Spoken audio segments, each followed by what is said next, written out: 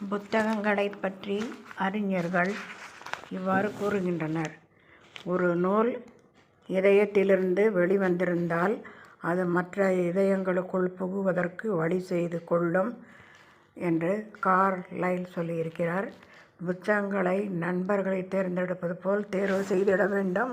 Thomas ஹூடே. புத்தகங்கள் இல்லாத வீடு ஜன்னல்கள் இல்லாத அறை போன்றது. எச். மான் என்பவர் அறிஞர் சொல்லியிருக்கிறார். நம்மை அதிகமாக சிந்தித்து செய்பவை, நமக்கு அதிகமாக உதவக்கூடிய புத்தகங்களே. ஒரு நூல் நிலைய கதவு திறக்கப்படும் போது ஒரு சிறைச்சாலை கதவு மூடப்படுகிறது. நல்ல புத்தகங்களை ஞான பொக்கிஷத்தின் திறவுகோல்கள், இன்ப நிலத்தின் வாயில்கள், நன்னெறியின் மக்களை நடத்திச் செல்லும் பாதைகள்.